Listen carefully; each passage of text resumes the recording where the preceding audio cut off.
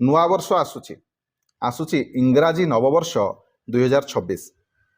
ये जो 2026 वर्षर प्रथम दिनटी को आम केमिति काटिबा बा केमिति पालिबा उचित आसंतु जानिबा।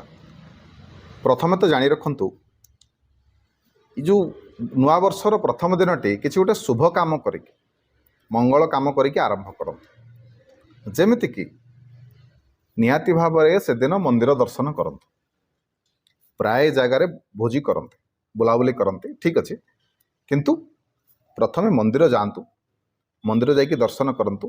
प्रथमे सकाळ उठिकी जिते जल्दी हम स्नान करंतु, घरे टिके पूजा करंतु, घरर गृह देवता को मुंडिया मारंतु, बापा माँ को मुंडिया मारंतु, घरर गुरुजन मानक निश्चिंत भाव में मुंडिया मारिबे, तांकर आशीर्वाद नेबे।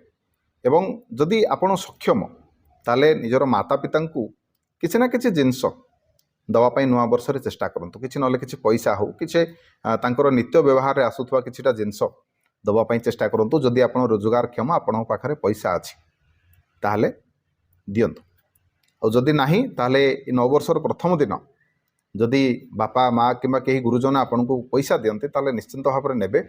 यह आपण को बहुत शुभ हम और सारा वर्ष आपण पाखरे देखिए पैसार अभाव हेनी जदि एभली घटना आपण सहित घटिला। तबे निश्चिंत भाव में आम मंदिर टिके जीवा, तापरे शिव मंदिर जीवा किंबा नारायण मंदिर जीवा, जोठी आपणकर सुंदर लगे आपको जो जावाई इच्छा हम आप जातु, महादेव को दर्शन करूँ, जगन्नाथ को दर्शन करूँ। गरीब लोक मानक यथासंभव आपड़ किसी ना किसी दान करूँ, जी सक्षम जी शक्ति अच्छी किसी ना किसी दान करूँ। नववर्षर ये प्रथम दिन में चेष्टा करेंगे का मन में दुख देवेनि, कष्ट देवेनि, हास्य परिहास करेंगे क्या। प्रतिदिन सूर्यदेव को खाली गोटे दिन नुह, वर्ष आरंभर गोटे दिन नुह, प्रत्येक दिन जदि आपण मैंने सूर्यदेव को नमस्कार करेंगे और अर्घ्य प्रदान करेंगे ताले जानी रखु आपंकर भाग्य बदली जीव।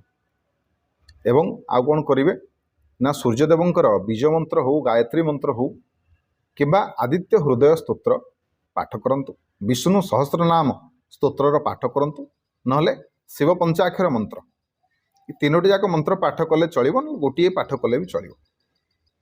करंतु निश्चिंत भाव में देखिए आपंकर जीवन मंगलमय हम, आउ सारा वर्ष आपण खूब सुंदर रहिबो। वीडियो भल लगे लाइक करेंगे, शेयर करेंगे, चैनल को सब्सक्राइब करेंगे।